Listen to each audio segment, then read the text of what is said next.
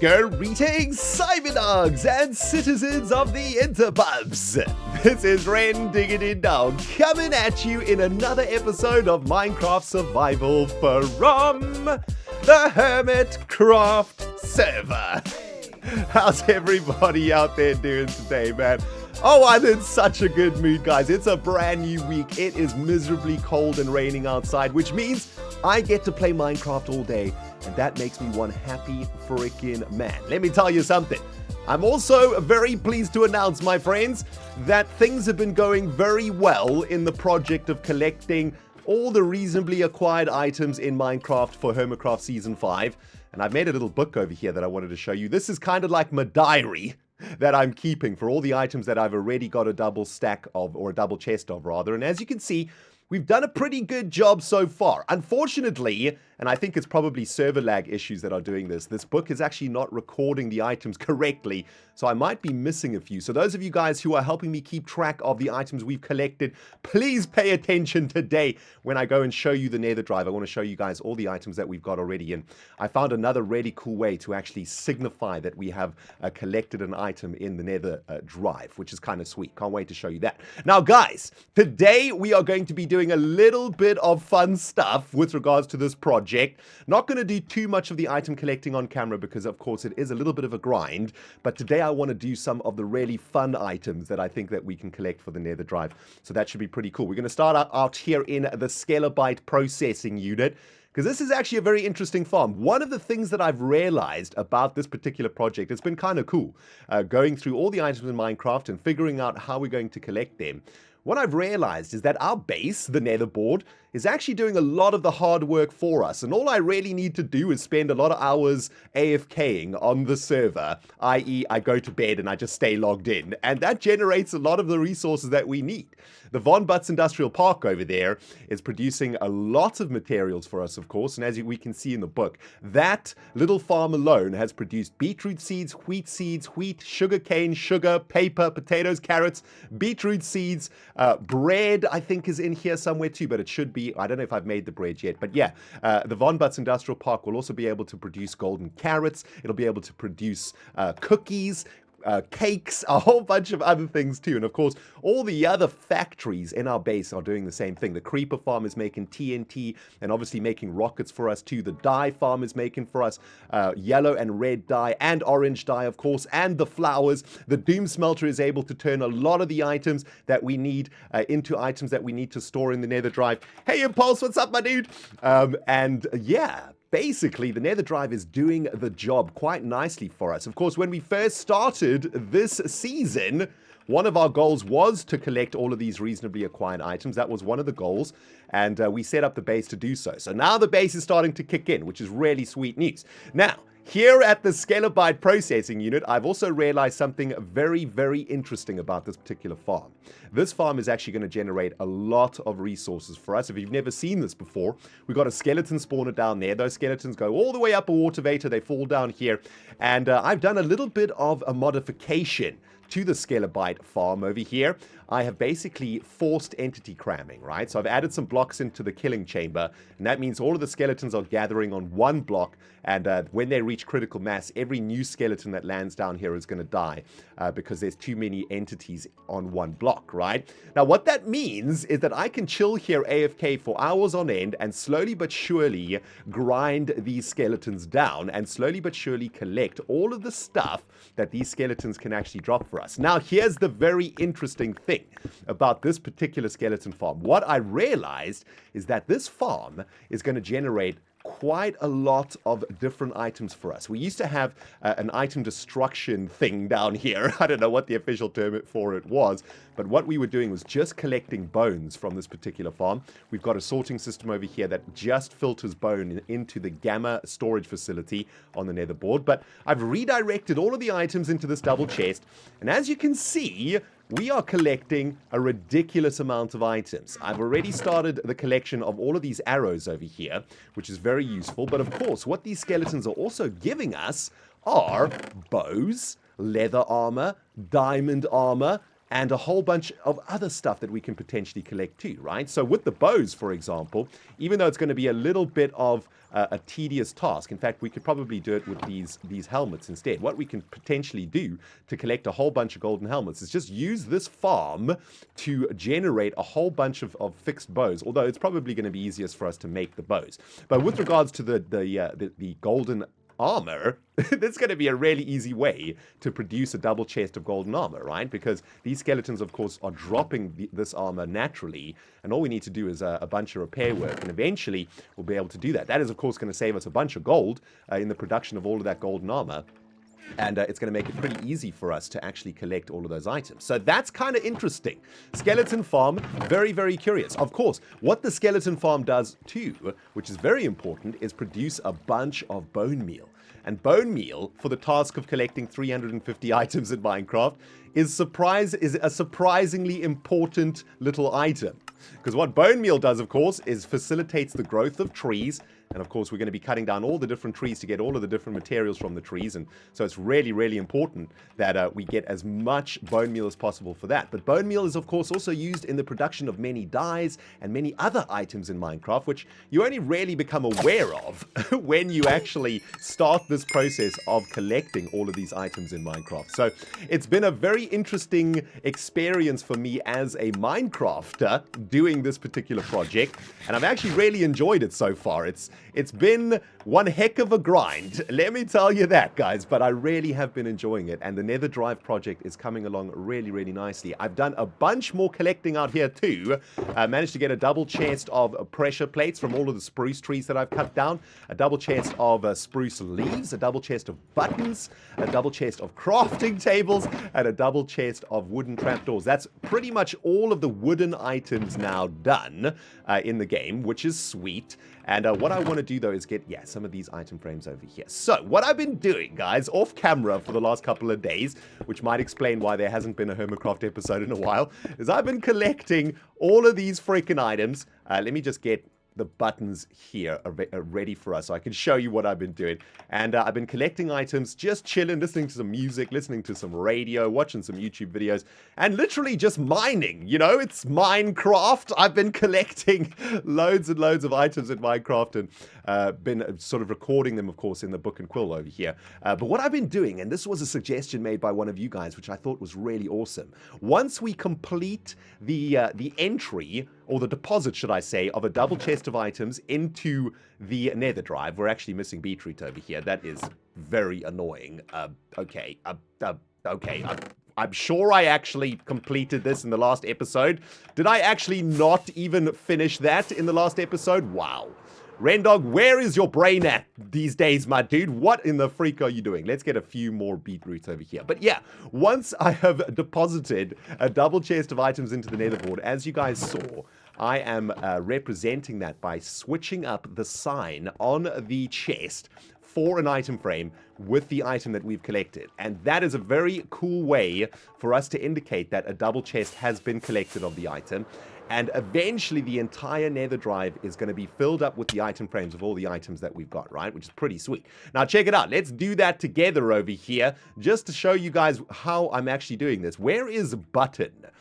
Do we have Button around here? Yeah, the alphabet is eluding me right now. Blue, T, Bone, MNOPQRSTU. Okay, it's gonna be on the next floor. Never alphabet on camera, guys. That's a lesson to all of you budding Minecrafters out there. Never alphabet on camera. Where is Button? Bucket? Button should be here somewhere, shouldn't it? Did I forget to add Button? I think I might have forgotten to add Button, or at least missed it in the frickin' list. Alright guys, you may facepalm, and so shall I. Ren, you frickin' idiot, there are two types of buttons in Minecraft. A wooden button and a stone button, of course. So we've got wooden buttons up here, all the way at the top. And actually, this is a great opportunity for us to spend a little bit of time going through all of the items that I've actually collected. Let's just make a bit of space in the inventory so that we can start shifting these buttons across. So yeah, guys, this is pretty much all I've been doing for the last couple of days on the Hermitcraft server. filling up as many of these chests as possible. And the good news is that awesome nether grove that we created a couple of episodes ago obviously created a ton of items for us, which is really, really sweet. A lot of oak stuff and a lot of these wooden items that I've got here came from that farm. So that's actually paid off. All of that hard work has paid off. So there we go. We've got a double chest of buttons. Let's stick a button in the item frame over there. And that has signified that that chest is now completed. So, as you guys can see, we've got a bunch of items in the Netherdrive already, slowly but surely starting to take up the hard drive space around here and filling up these chests with all of the items. You know what, guys? I have no idea what I'm doing right now. What a weird project we've got going on over here. And I often get asked the question, why are you doing this, Ren? I'm not sure why, man. It's a task that I've always wanted to try and achieve in Minecraft. And I thought, what better time to do it than in this season of Hermitcraft? Because this is the first time I've actually ever set up a survival base that generates a whole bunch of resources. I never really do these factory type bases when I play this game. So it's kind of sweet. Hello, what are you doing here? You are not supposed to be here. Why have you spawned? Where have you come from? There must be some mycelium around here. And that mildly upsets me, to be honest. Anyway, that is awesome. So that has been done. Now, there's a couple of other items that are going to be fairly easy for us to collect in Minecraft, and we're going to be doing that together today. It's going to be kind of interesting. There's a few items that I think I've got a really sneaky plan to collect, and I want to take you guys with me on that ride. Netherdrive deposits for today have been completed, sir. Wooden buttons, crafting tables, spruce leaves, wooden pressure plates, and wooden trapdoors. Not a bad day of profits, I must say, my friends. Absolutely crazy. You know what I just realized, though? At the end of Hermitcraft Season 5, we, of course, are going to be releasing the world for download so that you guys can enjoy this amazing world that we have created over the last year. And, well, if you guys download the map and you want to build something and you need any items, you know where to go, man. Just hit up the Netherdrive. Every item you'll ever need will be in there. Anyway, happy with that. We've deposited some items. Now, last time we were together, guys, we were working on this giant cactus farm. As you can see, since last episode, I have improved it somewhat. I've added another 3 or 4 levels of cacti production to the farm. And as you guys can see, currently it's not working very optimally. We are losing a little bit of cactuses on the side here because we need to put up the walls, and I actually just broke that, so good job, Ren. We need to put up some walls around here, and we need to optimize it, which I hope I can get to today, but we'll definitely finish this off next episode. Also added some traces around it, looking really, really nice. And check this out, guys. This is the really interesting thing about this farm. I've literally just been AFKing around the base a lot, so the cactus farm has been producing cactus. And as you can see, we're almost at a double chest of cactus out of this little farm that we've made. And yes, I know, I've seen the comments. This is a very bad way to make the cactus farm. Thank you to everybody who pointed out how bad of a cactus farm builder I am. Maybe next time we do this, we can do it a little bit better. But for a very unoptimized, inefficient cactus farm, it's doing its job and generating all of those cactuses that we need. So that's pretty sweet. We're going to get to finishing off this project probably in the next episode, I guess. But for today, I want to start collecting some easy to acquire items in Minecraft for the Netherdrive. Now, if you guys take a moment to think about what are the easiest items that you can mine in Minecraft, think kind of hard about it because it's kind of interesting. The first thing you might say is dirt. Dirt and sand is probably the 2 easiest things. All you need is, well, a desert and a bit of open land, a plains, and you can get a bunch of sand and a bunch of dirt.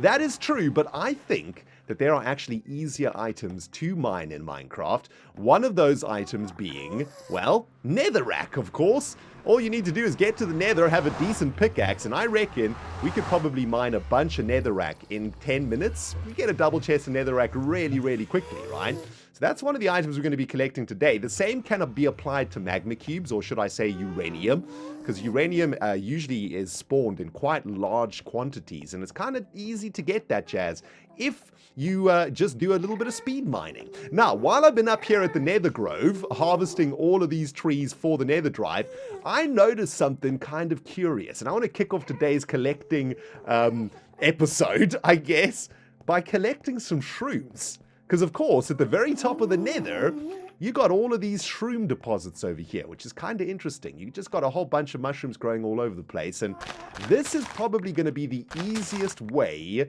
to get mushrooms in Minecraft, I would think.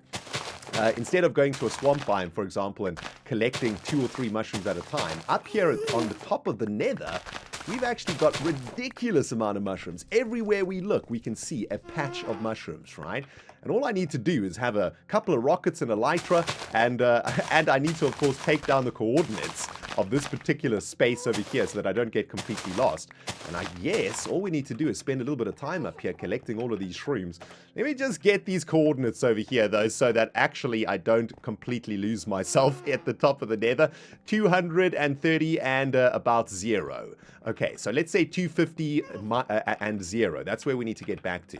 And yeah, I mean, as far as collecting mushrooms is concerned, I was kind of worried about mushrooms. I was trying to figure out exactly how we would collect mushrooms, but I reckon this is going to be the easiest way, man. Just fly from mushroom patch to mushroom patch and collect them until we've collected them all. As has happened so many times during the collecting of items for this Netherdrive project, guys, I've realized there's going to be a better way to collect mushrooms. It's kind of interesting, of course, collecting mushrooms from the top of the nether. It was kind of fun flying around up there to the different patches of shroomage. Then, of course, it is going to take a ridiculous amount of time to collect a double chest to each of the mushroom types. This is about as much mushrooms as I've managed to collect in about an hour on top of the nether. And yeah, as you can see, it's not exactly going very quickly. So I'm going to try something a little bit different here. I'm at level 11, all the way underneath the nether board. I've got a bit of a chamber down here where I was trying to make a slime farm at one point. And what I'm going to try and do is just make a little mushroom farm down here. You plant a mushroom below level 11, and below level 13 rather, with a light level below 11, and you'll be able to grow mushrooms like this with bone meal. And as the Skelebite processing unit has been producing a ridiculous amount of bone meal for us, this should be a fairly faster, easier, and more efficient way to collect mushrooms. And just cut down one giant mushroom there. I think it's called a huge mushroom, actually, and that gave us about 20 mushrooms. So it's going to be about 20 mushrooms, or 20 mushroom items per shroom, and that's going to definitely get us a double chest of mushrooms much quicker than the top of the nether. So yeah, at least we've learned something today. It's taken me over 3 hours to mine a double chest of red and brown mushrooms, guys. And for those of you wondering, that required me to break 14,700 brown mushrooms and 13,400 red mushroom blocks. So, yeah, the grind is real, but we've got double chests of shroomage now, which is very exciting. I've also managed to get a double chest of dirt over here, and next up we're going to be going for some netherrack and some uranium. While I was underground mining all of those mushrooms though, guys, I had a little bit of an epiphany. I was thinking about how we were going to collect some of the more difficult items to get in this game, and I suddenly realized that we actually have another farm that we used all the way at the beginning of the season to get ourselves some mending books, and that is of course the AFK fishing farm. And this AFK fishing farm has actually generated an insane amount of resources for us. And one of those resources is raw fish. And that's actually kind of exciting. Not only can we get raw fish out of this AFK fishing farm, but we can also get saddles, which is really sweet. So we've got a double chest of saddles over here, and we can easily get ourselves a double chest of raw fish, which is also very awesome. Wow, look at all the raw fish in there. That is definitely going to do it. And we're going to be able to get a double chest of all the other different types of fish too, it seems. Can I get myself out of this hole, please? There we go. So the AFK fishing farm has actually helped us out quite significantly here. That's very nice. What's up, villager? How's it going there, my buddy? I'm trying to make a video here, my dude. You know, trying to record a video, my dude. Don't know what you're saying. You speak village, and I don't understand village. In other good news, guys, because I've been in this chunk for the last 3 hours this afternoon, we've got a double chest of cactuses out of our cactus generating machine, which I think is the Nether Green TI is what this thing is called. So all in all, it's been a very productive day of research of resource gathering for the ReNDoG, which is awesome.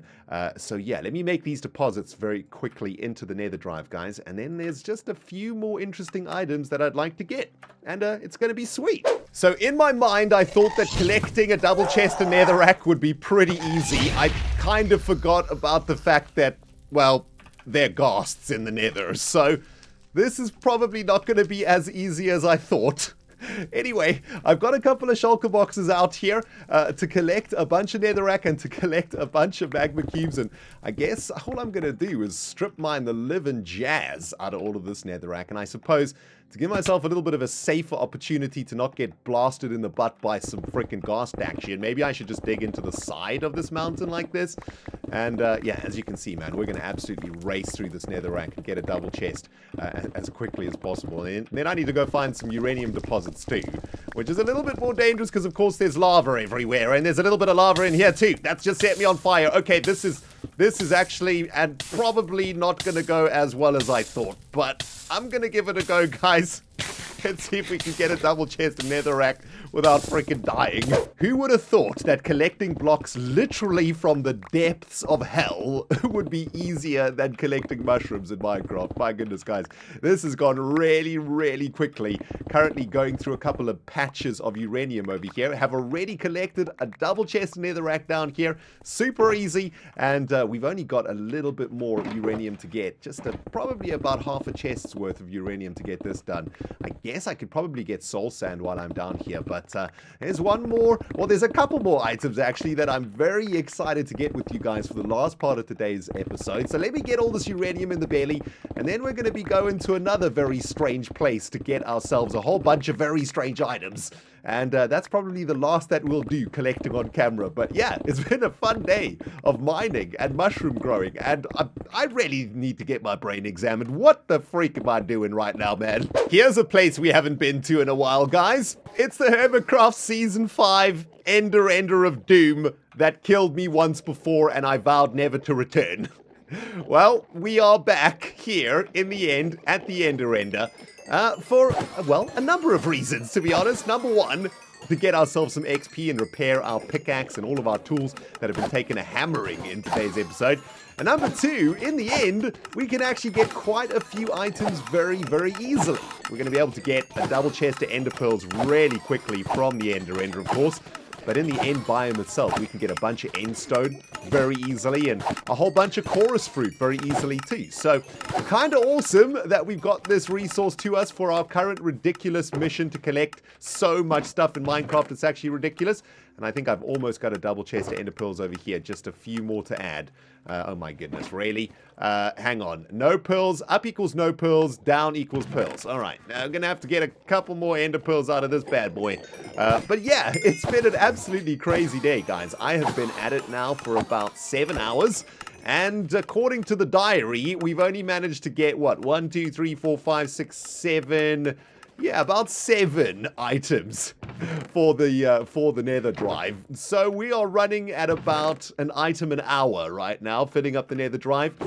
So not exactly the most efficient project that I've ever done in Minecraft before. But you know what? I'm having a ton of fun learning a lot about this game, actually. Learning a lot about the items, what items are made out of what other items, where to get items from, and so on. So I guess in some ways it's been a bit of an educational journey for the ReNDoG, and yeah, probably we'll do the rest of the item gathering for the Netherdrive off camera, guys, because I know it's kind of tedious doing all of this resource collectage, but I will be keeping you guys up to date, of course, on all the items that I get, and hopefully in the near future, we can get that project finished off quite quickly, and then we can start working on some actual crafting. We've been doing more mining than crafting today. Well, certainly for me over the last couple of days. Well, I thought we'd follow this railway line just because it's kind of interesting, and I kind of would like to know where it ends up. I've been flying now for quite a long time, actually. And wow, whoever made this is an absolute maniac. I don't know who has made this, but it is literally just nether in every direction right now. This is actually kind of scary. I've only got 27 rockets left, and, well, I don't really want to take to the air again.